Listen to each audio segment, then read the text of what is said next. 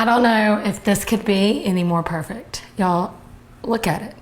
I don't know what it is, but making your own pizza crust seems to be like the most intimidating part, or a little bit too hard, which is why we always just skip it and order delivery. But y'all, this recipe is so easy. You don't have to worry about hours of rising and proofing and any of that.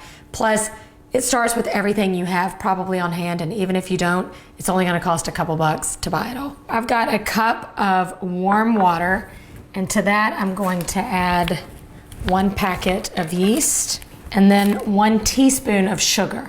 The sugar is going to actually feed the yeast. We're gonna give it a little stir. We're gonna let that sit for about 5 to 10 minutes, and it's gonna start to activate, and you'll see it get nice and foamy on top. That's what we want. No mixer, no problem. This all will work just fine in a regular large mixing bowl, and you can just stir it by hand.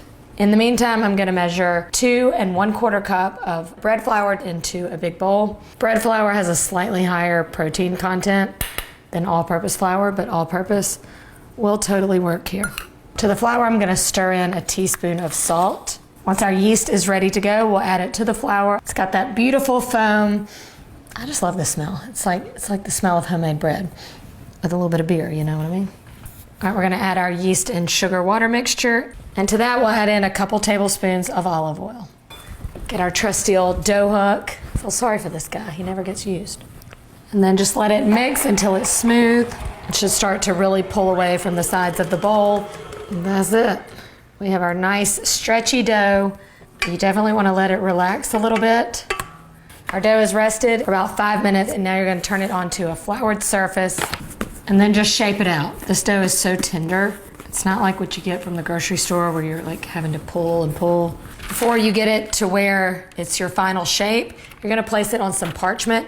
This is gonna help us get it to the oven, to the pizza stone easier. And if you don't have a pizza stone, that's also okay.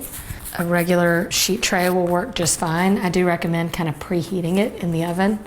When it comes to cooking pizza, the hotter the oven, the better. All right, we've got our pizza shaped on our parchment. Top it however you want.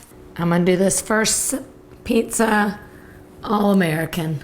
A little sauce, a little pepperoni, a little cheese. Once your pizza is built, you can just take your parchment and slide it onto a sheet tray, and then that makes transportation to the oven super easy. You'll just slide the parchment onto the pizza stone. Just for fun, while that pizza was cooking, I whipped up another batch in just a regular bowl to show you that you don't have to have a mixer.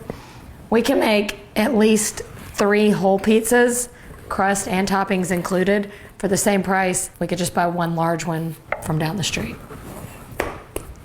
Let it rest. I don't know if this could be any more perfect. Y'all, look at it. It's crusty, golden brown on the outside, even golden on the inside. Is it crisp? Let's see.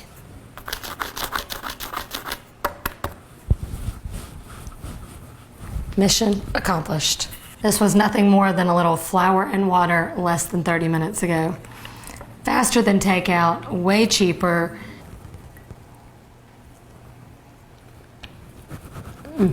This crust recipe is so easy, you can crank pizzas out all night long. Your pizza night just got a whole lot easier, cheaper, and more fun. See you next time.